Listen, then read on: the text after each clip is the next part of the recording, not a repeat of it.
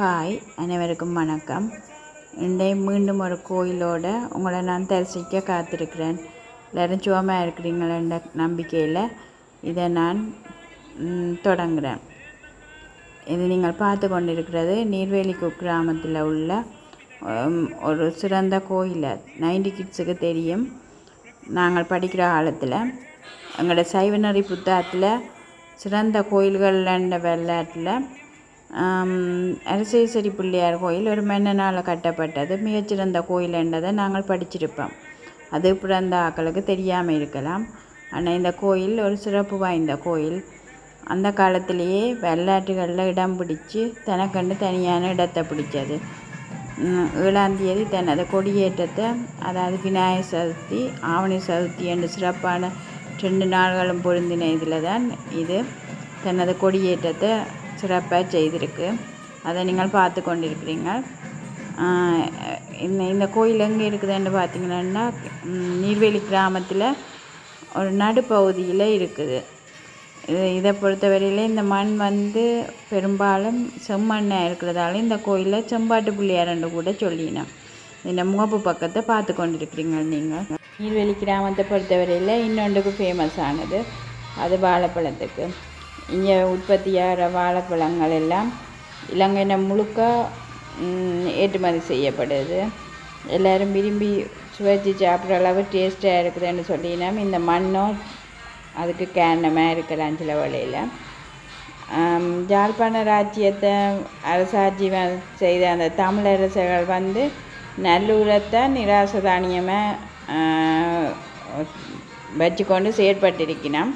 அதாவது யாழ்ப்பாண மாவட்டத்தின் பல பாகங்களுக்கும் போக்குவரத்து செய்வதற்கு வீதிகளும் அமைச்சிருக்கணும். அப்படி அந்த வீதிகளில் நல்லூர்லேருந்து இருவாள, கோப்பை, நீர்வேலி, சிறுப்பட்டி, நவகிரி கிராமங்களுக்கு செல்கிறது. இது மூலம் அச்சுவேலிக்கும் போகலாம். இந்த வீதி ராச வீதி என்று அழைக்கப்படுது. இதுக்கு பின்னால் இருக்குது. அந்த காலத்தில் யாழ்ப்பாண ராஜ்யத்தை அரசாட்சி செய்கிற பர்ராயசகரன் என்ற மன்னன்ற இளைய மகன் பண்டாரம் மன்னன்ற முதல் மந்திரியாக இருந்த அவற்றை மாமனார் தான் அரசேஸ்வரி என்றவர். இந்த ராசவீதி வழியாக தான் ஒரு நாள் வந்திருக்கிறார்.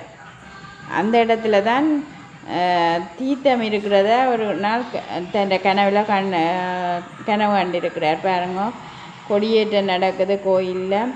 அதை சிறப்பாக பிராமணர்கள் கொடியேற்றம் செய்யினம். இந்த கோயில் ஐயர் கூட பிள்ளையார் மாதிரி கொஞ்சம் மொத்தமான ஆளாக இருப்பார். அதில் பார்த்து கொண்டிருக்கிறீங்க.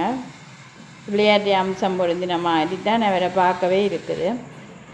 அப்போ கனவு கதைக்கு வருவான். கனவு கண்டதால் அடுத்த நாள் அதை பற்றி ஆராய்கிறபடி கனவு கண்டபடி அந்த இடத்துக்கு அதை ஆராய்ஞ்சு பார்த்துருக்கிறார். அந்த கனவில் அவருக்கு புனிதமான ஒரு நீரூற்றை கண்டு ஆச்சரியப்பட்டிருக்கிறார். அந்த ஊற்று எங்கே இருக்குதுண்டு அந்த ஊற்றில் தீர்த்தம் அமிர்தம் போல் இருந்ததையும் அந்த நீர் பெருக்கோடி இருக்கிறதையும் கண்டு ஆனந்தப்பட்டிருக்கிறார். கனவு சொல்கிறேன். அப்போ அப்படி அந்த தீர்த்த அமைப்புள்ள இடத்துல தான் ஒரு சிவாலயம் உண்டு. ஒரு சிவன் ஆலயம் அமைக்கிறது தான் அரசு சார்பு வேறு கருத்தில் கொண்டு அந்த புண்ணிய தீர்த்தத்தை செய்ய வேணுமென்று இவர் நினைத்து கொண்டு ஒரு விநாயகர் பெருமானுக்கு ஒரு ஆலயத்தை கட்டி வச்சதை இந்த கதை சொல்லுது. அதாவது அரசேஸ்வரி என்ற மந்திரியால் 16ஆம் நூற்றாண்டில் தான் ஆரம்பிக்கப்பட்டிருக்குது இவ்வாலயம். அதால் தான் அந்த மந்திரியின் பெயர் தான் அரசேஸ்வரி என்று சொல்லப்படுது. கொடியேற்றத்தின் சிறப்பு காட்சியை பார்த்து கொண்டிருக்கிறீங்க.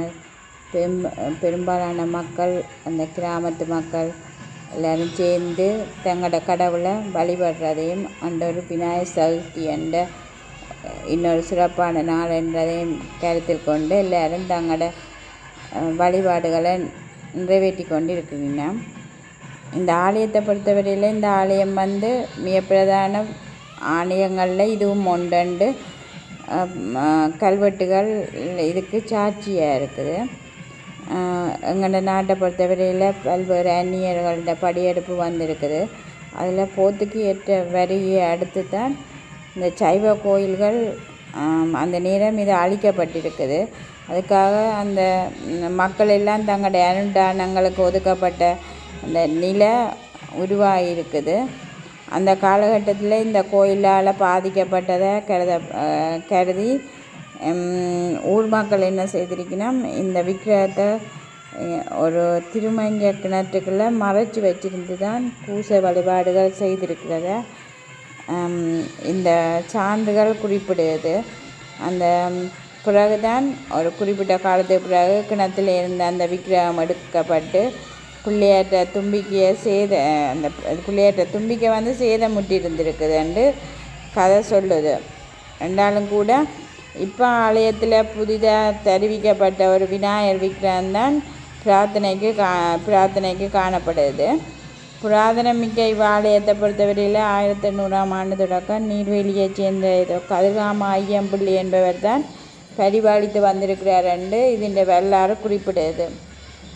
1873 கார்த்திகை 26ஆம் தேதி தான் இந்த பிரசித்த பித்த நொத்தரிசு சங்கரப்பிள்ளை முன்னிலையில் தான் இந்த ஆலயம் பரிபாலன பொறுப்பு சுவாமிநாத குருக்களின் மகன் ராமசாமி குருக்கள்கிட்ட ஒப்படைக்கப்பட்டதை குறிப்பிடுது. இப்போ நீங்கள் கொடியேற்றம் நடந்து கொண்டிருக்கிறத பார்த்து கொண்டிருக்கிறீங்கள். 1904ஆம் ஆண்டு பங்குனி 7ஆம் தேதி பிரசித்த நொத்தரிச கொடுக்கப்பட்டாலும் கூட 1906ஆம் ஆண்டு ஆவணி மாதம்தான் கோயிலின் பூசகர் சுவாமிநாத குருக்களின் மகன் ராமசாமி குருக்களுக்கு பராமரித்து தத்துவம் திருப்பி ஒப்படைக்கப்பட்டதை குறிப்பிடுது. மீண்டும் 1949 இருந்து இது ஒரு புதிய தசாப்தமாக உருவாகியிருக்குது. அதாவது 6 பேரை கொண்ட தர்மயர்த்தா சபை உருவாக்கப்பட்டிருக்கிறத குறிப்பிடப்படினம். தர்மயர்த்தா சபை உறுப்பினர்கிட்ட தொகை 12ஆல் பிறகு அதிகரிக்கப்பட்டிருக்குது. வெளிப்புற தோற்றத்தை பார்த்து கொண்டிருக்கிறீங்க. வெளியில் பாருங்க, அந்த வெளிப்புற காட்சி அங்கால தேர் இருக்கிற எல்லாத்தையும் பார்த்து கொண்டிருக்கிறீங்க. பிறகு 1986 திருப்ப இந்த உறுப்பினர்கள் 21 உறுப்பினர்களை பரிபாலன சபை ஒன்று உருவாக்கப்பட்டதாக சொல்லப்படுது. அதாவது இந்த காலத்துக்கு காலம் குறிப்பிட்ட திருப்பணிகள் செய்து நிறைவேற்றி திருப்பணி சபைகளும் நிறுவப்பட்டிருப்பதாக குறிப்பிடப்படுது. இப்போ கோயிலில் பார்த்து கொண்டிருக்கிறீங்க. ஏராளமான மக்கள் தங்கள செயற்பாடுகளுக்காக பார்த்து கொண்டிருக்கிறோம். இப்போ இது கொடியேற்ற நிகழ்வு முடிஞ்ச கையோட சுவாமி வீதி வேலம் படுறார். இந்த வீதி வேலை காட்சியில்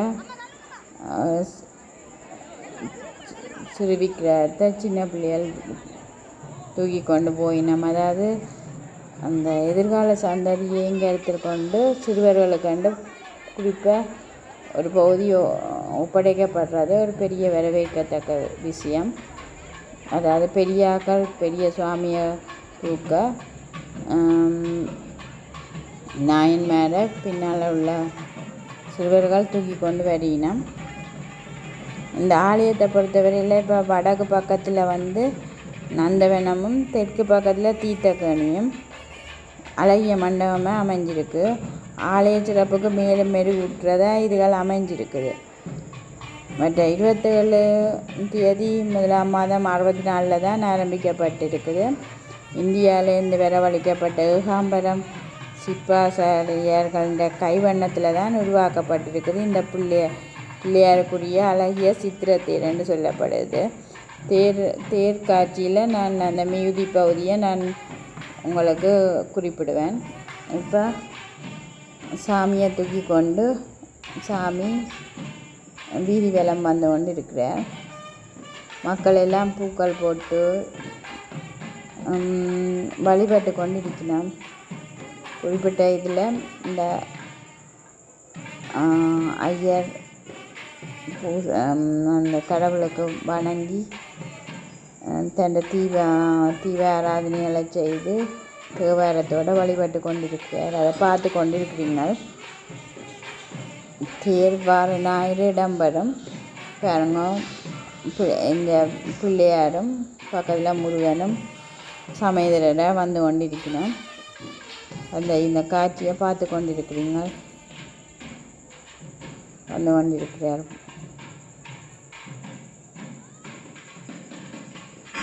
சிறுவர்கள் இங்கே இப்பாலயத்தில் மூலமூர்த்தியாக இருக்கிறது பிள்ளையார்.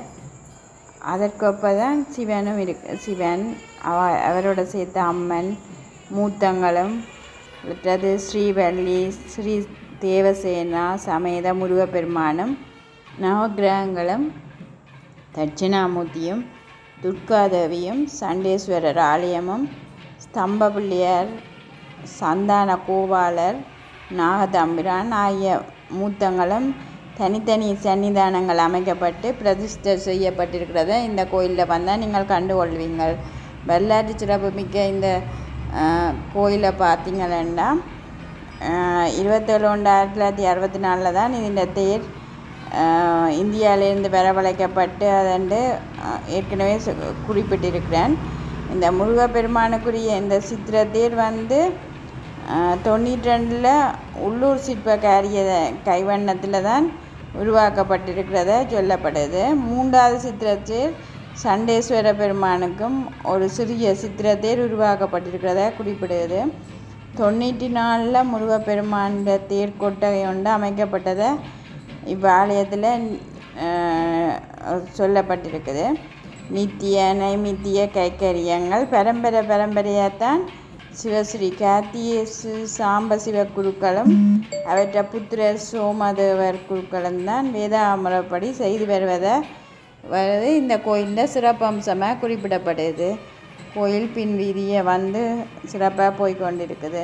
இந்த ஆலயத்தை பொறுத்தவரையில் வருடாந்த மகோற்சவங்கள் ஆவணி பௌர்ணமிய தீர்த்தோற்சவத்தை கொண்டு தான் முதல் நாள் தேர் திருவிழாவையும் அதற்கு முதல் 9 நாள் மகோற்சவம் நடைபெற்று வருது. பூங்காவன உற்சவமும் நடைபெறுவது இங்கே குறிப்பிடத்தக்கது என்று சொல்லப்படுது. இப்போ பின்பக்க வீதியாக கடவுள் வந்து கொண்டிருக்கிறார். இந்த மேலும் சொல்கிறதண்டா இங்கே சிவராத்திரி திருவம்பாவை நவராத்திரி மாதாந்த சதுர்த்தி திருவிழாக்களும் மற்றது புரட்டாதி சனி நவக்கிரக அபிஷேகம் அப்பசிவள்ளி கார்த்திகை சோமவாரம் திருக்கார்த்திகை ஆணி உத்திரம் ஆவணி மூலம் என்ற உற்சவங்களும் பிள்ளையார் கதை கந்தபுராண படனம் பெரிய புராணம் திருவாத ஊரடிகள் புராண படனம் என்றன காலத்துக்கு காலம் சமய பிரசங்கங்களும் நடைபெற்று வருவதை இங்கே குறிப்பிடப்படுது. மற்றது இங்கே விநாயகர் சஷ்டிக்கு 22 நாளும் பெருங்கதை படிப்பும் லட்சார்ச்சனையும் நடைபெற்று வருகிறத சொல்லப்படுது. விநாயகர் சஷ்டி இறுதி நாளில் கயமன் போரும் இந்த கோயிலில் சிறப்பாக நடைபெறத பார்க்கலாம். மற்றது மஸ்ராட்சர சம்சாரத்துக்காக வளர்ப்புற இதில் நடைபெற்று வருது. இப்போ இறுதி பகுதிக்கு வந்திருக்கிறீங்க. சாமி சுற்றி கொண்டு முன்னுக்கு வந்துட்டுது, கிட்ட முன்னுக்கு வந்திருக்குது. பட் இங்கே இதை பொறுத்தவரையில் இந்த கோயிலில் தினமும் 3 கால பூசை ஆவணி சஷ்டிக்கு அடுத்த நாள் தான் கொடியேறி 12 தினங்கள் மகோற்சவம் நடைபெறதா சொல்லப்படுது. இந்த மாத சதுர்த்தி பிள்ளையார் கதை சோமாவாரம் போன்ற விசேட காலங்களில் விசேட பூசைகளும் இந்த கோயிலில் நடைபெறுது. மேலும் கந்தபுராண படலம் நடைபெறதோட கோயில் மடத்தில் 63 நாயன்மார் குருபூசையும் அன்னதானமும் நடைபெற்று வருறதா சொல்லப்படுது. மற்றது நாங்களும் இந்த விநாயகரை வழிபட்டு பேரருள் பெற பிரார்த்திப்போம் என்று கூறி வேறு இந்த கோயிலை பற்றி உங்களுக்கு வேறு ஏதாவது தகவல் தெரிஞ்சிருந்தால் நீங்கள் எனக்கு கமெண்ட் பண்ணுங்க. இந்த சேனலில் இப்போ தான் ஃபஸ்ட் டைம் நீங்கள் பார்க்குறீங்களா உங்களோட கருத்தை நீங்கள் குறிப்பிடலாம். சப்ஸ்கிரைப் பண்ணி லைக் பண்ணி இன்னும் மேலதிகமாக உங்களுக்கு இந்த கோயிலை பற்றி என்னென்ன தகவல் கூட தெரியுமென்றதையும் என்ன குறிப்பிடுங்க. இப்போ நாங்கள் நவக்கிரகத்தை பார்த்து கொண்டிருக்கிறோம். இது பெரிய லாங் வீடியோவாக இருக்கிறதால நீங்கள் ஸ்கிப் பண்ணாமல் தொடர்ந்து பார்த்து கொண்டிருங்க. இந்த கோயிலை முழுதாக நீங்கள் பார்க்குறீங்களா, அதாவது இந்த நடு நீர்வெளியில் நடுவில் அமைஞ்சிருக்கிற இந்த சக்தி வாய்ந்த இந்த விநாயகர் கோயிலை பார்த்து கொண்டிருக்கிறீங்கள். இயல்பிலேயே ஒரு பிரசித்தமான கோயில். போர்த்துகேயர் காலத்திலேயே முதல்ல வந்ததுன்னு சொல்லியிருக்கிறேன். இதை பற்றி உங்களோட கருத்தை நீங்கள் எனக்கு குறிப்பிடலாம். சரி, இன்னொரு வீடியோவோட உங்களை அடுத்த முறை தரிசிக்கிறேன்.